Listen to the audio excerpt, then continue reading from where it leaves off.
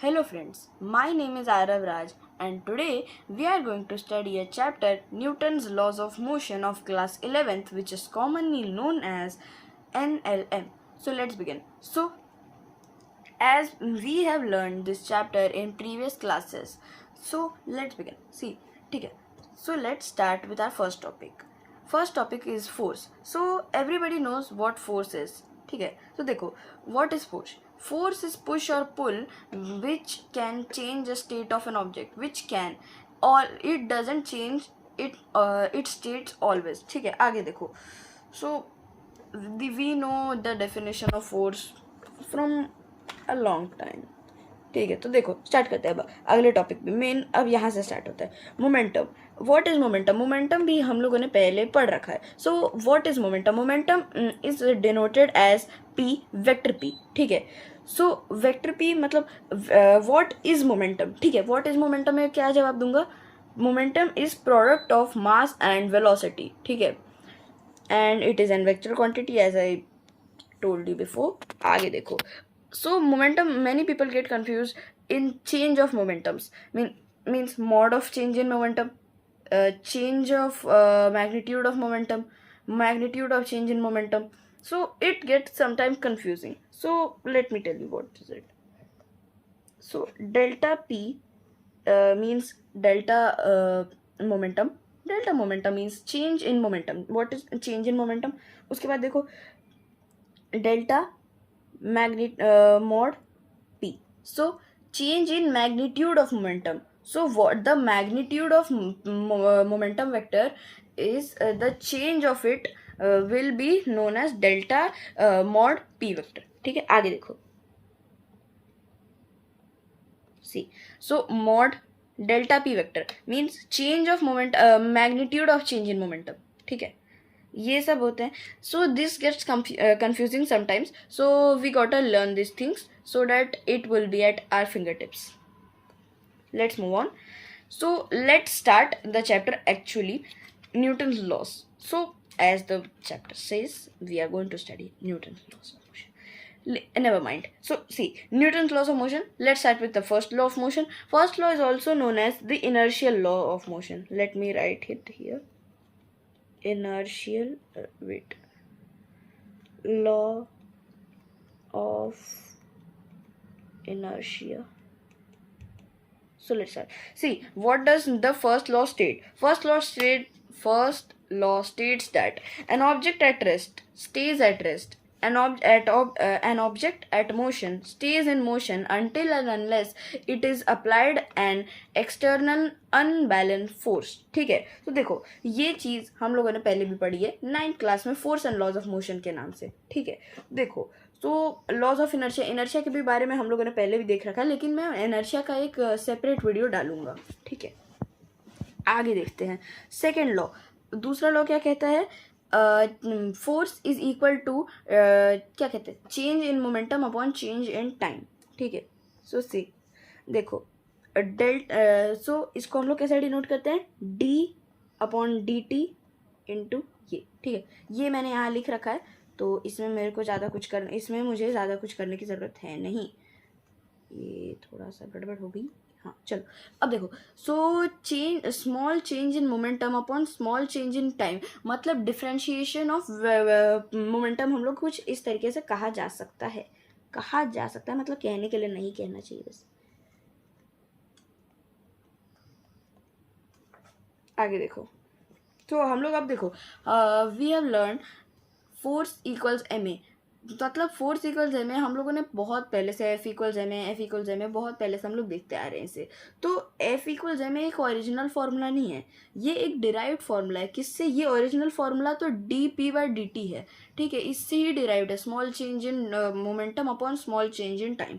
ठीक है, तो देखो D by D T into moment M into V. मैंने पहले भी बताया मोमेंटम का क्या कहते हैं, मोमेंटम का डेफिनेशन क्या होता है? Force, mass and to velocity. ठीक है, आगे देखो. अब हम लोगों ने वेक्टर प्रोडक्ट में वेक्टर को कैसे तोड़ा जाता है, वेक्टर का प्रोडक्ट कैसे तोड़ा जाता है, डिफरेंशिएशन, वो सब हम लोगों ने बेसिक मैथ्स वेक्टर्स में कर रखा है. तो उसके लिए मैं ज़्यादा यहाँ पर एक्सप्लेनेशन दूंगा नहीं. तो इसको हम लोग ऐसे तोड़ेंगे. तो ये दो इस टाइप का आता है. mdv/mdv/dt प्लस vdm/dt, ठीक है, ये आता है। अब देखो ये हम लोग केस ले रहे हैं कि मास यहाँ पर कांस्टेंट है, लेकिन कुछ केसेस पे मास कांस्टेंट नहीं होता। अब आप पूछोगे कौन से केसेस में? इमेजिन करो there is a rocket which is being fired into the space, ठीक है। So the mass will keep on decreasing. Why? How? As the fuel gets combusted, it will burn out and eventually run out of fuel at the orbit. So fuel का तो मास गया है ना, तो मतलब mass is constantly decreasing, है ना। तो F इक्वल्स एम ए वहाँ वर्क नहीं कर सकता, क्यों? क्योंकि वहाँ मास कांस्टेंट नहीं है। तो ठीक है, तो यहाँ वहाँ पर हमें dp/dt लगाना होगा। तो और यहाँ मतलब ऐसे बेसिक केस में जहाँ पर मास कांस्टेंट रहेगा वहाँ पर हम लोग F इक्वल्स एम ए लगाएंगे, ठीक है। आगे देखो थर्ड लॉ क्या होता है? सब ने सुन रखा है, इट हैज़ मैनी नेम्स, ठीक है, नेवर माइंड। आगे आते हैं, बढ़ते हैं इस पे। For every action there is an equal and opposite reaction, हम सब ने पढ़ा है ये।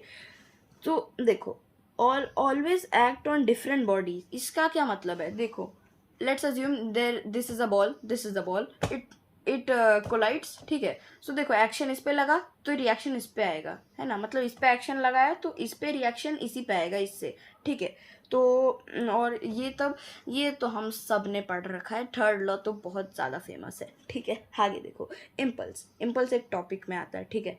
देखो चेंज इन, या चार्ज लिख दिया है गलती से, चेंज कर लेना इसको, चेंज इन मोमेंटम लिख रखा है हमने। चेंज इन मोमेंटम जैसे यहाँ देखो मैंने बता रहा था ना चेंज इन मोमेंटम क्या होता है, तो यहाँ देखो चेंज इन मोमेंटम वही होता है इम्पल्स, है ना।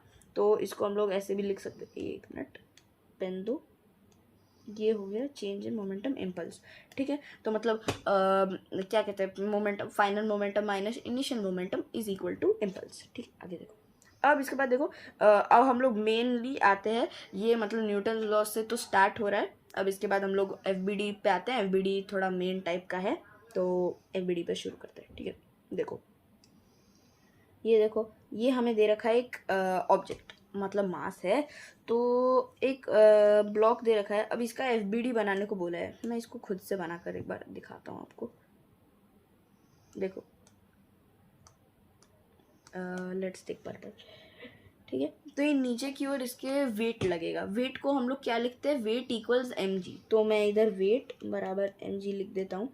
ऊपर में क्या लगेगा, नॉर्मल रिएक्शन, इस क्या एक्शन रिएक्शन लॉ से नीचे आपने एक्शन लगाया, ऊपर आपको रिएक्शन मिल रहा है, ठीक है। आगे देखो इसके बाद मतलब बैलेंस आउट करने के लिए, मतलब देखो यहाँ पर हम लोग देख सकते हैं जैसे कि ये जो ऑब्जेक्ट है ये इक्विलिब्रियम पे है, मतलब एक जगह पे है, ऐसा नहीं कि उड़ रहा है इधर उधर, है ना, एक जगह पे स्पेसिफिक जगह पे है, तो वो मतलब इक्विलिब्रियम है। इक्विलिब्रियम क्या होता है, what is equilibrium? Equilibrium is where the sum of all forces, the summation of all forces equals to 0, ठीक है। तो मतलब N और W, मतलब these are the two forces, if we add them so it should be 0, है ना। तो opposite direction में तो है। अब देखो अपोजिट डायरेक्शन में तो वेक्टर्स तो अपोजिट है, वेक्टर अपोजिट है, तो मतलब डायरेक्ट माइनस ही होंगे, मतलब N माइनस W बराबर 0 होना चाहिए। तो इस हिसाब से N बराबर W होगा, तो N बराबर W मतलब N बराबर mg, ठीक है। ये बात हो गया। आगे देखो, तो ये तो एक सबसे बेसिक है FBD, free body diagram,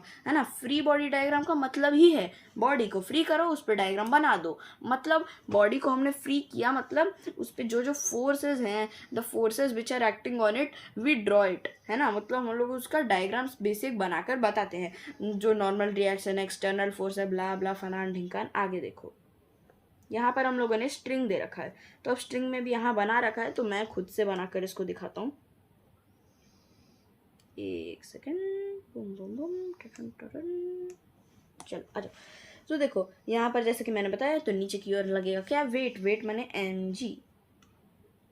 mg होगा, ऊपर की ओर टेंशन, नीचे की ओर टेंशन एक पुलिंग फोर्स। अब पूछो टेंशन क्या होता है? टेंशन, ये जो मैंने काला काला बना रखा है ये है स्ट्रिंग, है ना, this is a string. So string pulls, मतलब string applies in pulling force, मतलब स्ट्रिंग के अंदर जो फोर्स रहता है उसको हम लोग टेंशन कहते हैं। तो टेंशन क्या करता है? Tension is a pulling force, ठीक है। तो मतलब वो हमेशा पुल कर सकता है, आप किसी स्ट्रिंग से कभी भी पुश नहीं कर सकते, आप कुछ भी कर लो आप पुश नहीं कर सकते उससे, अब ऐसे करोगे नहीं होगा, ठीक है, बात मानो बस, ठीक है। आगे देखो, तो mg देखा है ना। तो अब देखो आप बोलोगे कि नॉर्मल रिएक्शन अभी देखा, नॉर्मल रिएक्शन कहाँ गया? अब ये नॉर्मल रिएक्शन ही टेंशन है। ये जो पॉइंट है, this point is acting like, जैसे कि हम लोगों ने यहाँ पर बनाया ना एक पॉइंट जहाँ पे से नॉर्मल रिएक्शन लग रहा है, उधर इसे वैसे ही, अरे ज़्यादा घिंच पेच इधर कर दिया मैंने, हाँ ठीक है। तो यही पॉइंट पे टेंशन लगेगा, ठीक है। देखो तो ये बेसिक सा मैंने बना दिया। अब देखो सेम स्ट्रिंग में, ये बात इंपॉर्टेंट है, सेम स्ट्रिंग में सेम टेंशन हमेशा का हमेशा रहता है, ठीक है, ये बात याद रखना।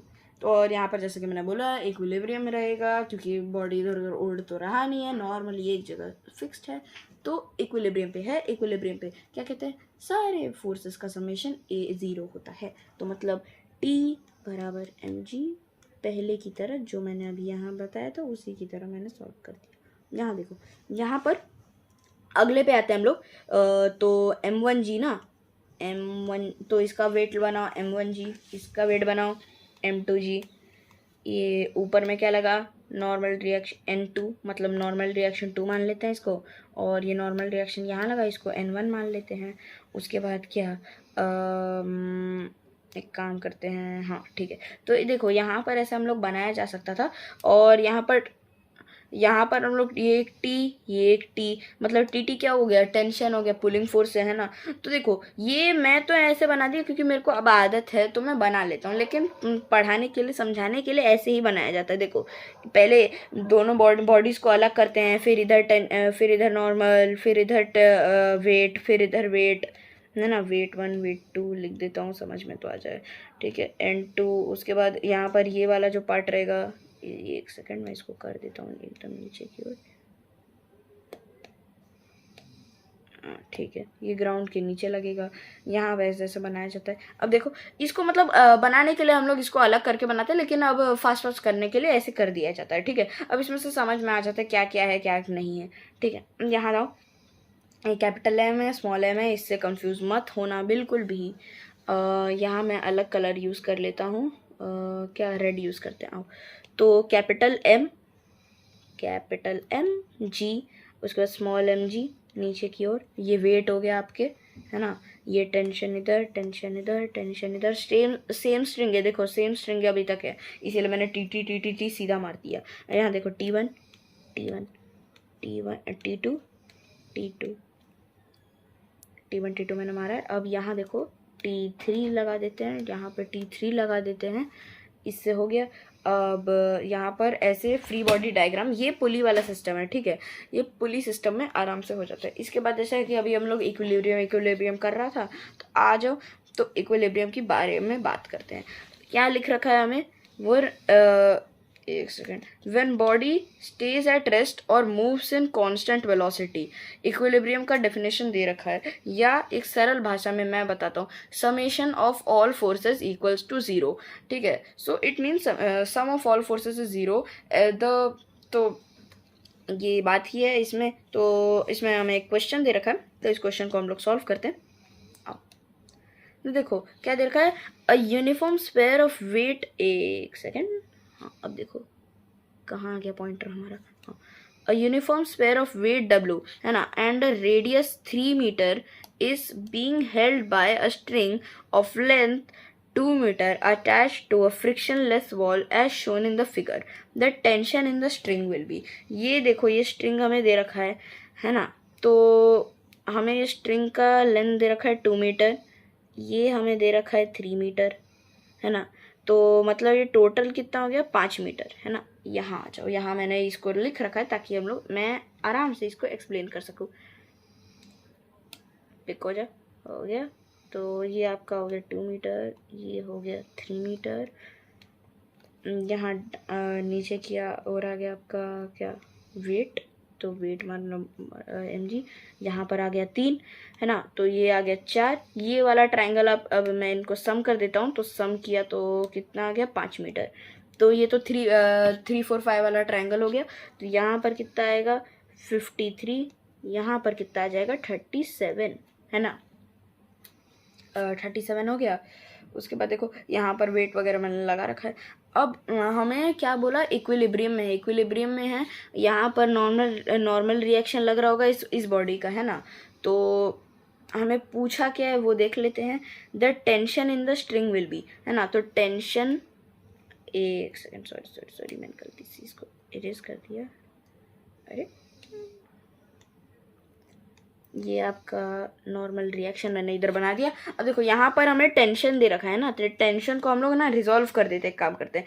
तो टेंशन ये कितना आ गया, कॉस क्या कितना, ये हमें दे रखा था टेंशन वॉल में, है ना। टेंशन क्या कहता हमें स्ट्रिंग में दे रखा था। अब टेंशन इस साइड हम लोग सेंटर से, है ना, तो टेंशन को हम लोग एक काम करते हैं, सेंटर पे ले आते, सेंटर पे से फटाक से कर देते। अब देखो ये हमें 53 दे रखा है, तो टेंशन का वैल्यू हमें पता करना है ना। तो टेंशन को हम लोग रिजॉल्व कर देते हैं। तो टी क्या कॉस 53, यहाँ इस साइड में, इस साइड लिख देता हूँ। अरे यार, टेंशन कॉस 53 और ये ऊपर की ओर आएगा। अरे यार ऐसा क्या हो रहा है। तो इसको मैं अलग कलर से कर देता हूँ क्योंकि ये थोड़ा सा इम्पोर्टेंट टाइप का है। ग्रीन से कर दिया है मैंने। ये आ गया टी साइन 53। वेट कितना है, हमें वेट हमें दे नहीं रखा, तो वेट ही वेट हम लोग मान लेते हैं। बाकी टी साइन 53 कितना होता है, sine 53 perpendicular upon hypotenuse, perpendicular upon hypotenuse मतलब 4/5। तो टी इंटू 4/5 इक्वल्स वेट, तो मतलब t इक्वल्स 5/4 इंटू वेट। तो यहाँ तक हमने इक्विलिब्रियम कंप्लीट कर लिया है। अब इक्विलिब्रियम के बाद हम लोग देखेंगे, क्या देखेंगे, हमारे पास स्प्रिंग फोर्स है, उसके बाद कुछ क्वेश्चंस आएंगे। तो यहाँ पर इक्विलिब्रियम हम लोग ख़त्म करते हैं।